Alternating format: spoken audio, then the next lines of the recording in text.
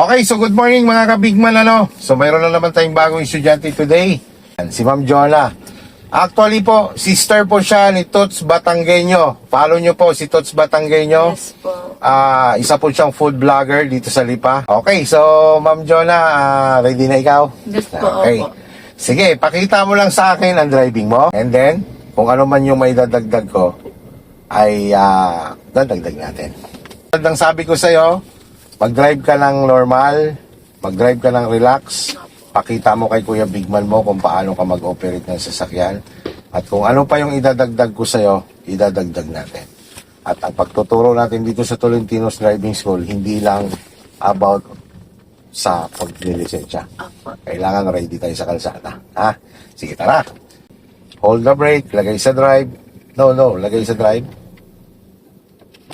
Sige, lagay sa drive. So ito naman, i-hold mo lang si brake, ha. Dito naman, ang technique naman dito kay handbrake na to, minsan kasi napapasubra natin to ng hila. Ngayon, pag inirelease mo na siya, ay matigas. Oo nga po. Ang gagawin mo dyan, Ma'am Jonah, para lumambot, hilain mo lang kunti pataas sabay Okay pindot. po. Sige, subukan mo. Hila pataas sabay pindot. Yan.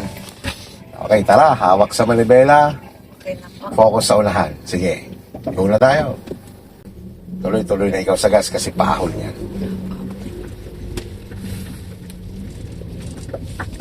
Mabagal pa lang po ako. Normal lang yan. So, ang driver, hindi naman natin kailangan mabilis palagi. Yan. Kumbaga, depende natin yan sa kakayanan mula natin.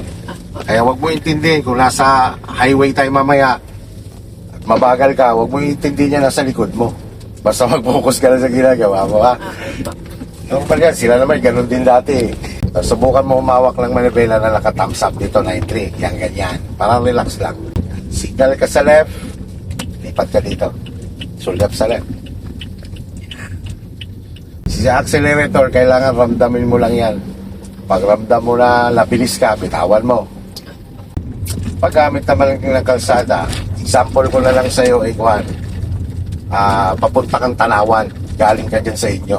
Palagi na lang ka, galing Ilusloban. Papunta kang Tanawan. So, kapag gumamit ka ng inner lane, make sure na ang speed mo ay 40 at pataas. Okay po. Pero kung 20 lang ang kaya mong itakbo, huwag kang pupunta doon. Magtiis ka sa outer lane na mayroong mga jeep na patigil-tigil. Yan naman ay isa patagal ng pagdadrive. Sa pa-basic yan. Oo. I-drive mo lang yan ang i-drive. Yung pumunta ka ng Talisay at Tinusloban, yung pauli-uli lang. Opo. Napakalaking bagay, no? Magulat ka na lang. Ikaw rin naman mismo ang makakaramdam yan. Okay na ako mag-drive. Kaya ko na pala. Kaya mo lang. Although kaya mo lang. Totoo, ang sisira sa'yo dyan kung ano, kabam mo.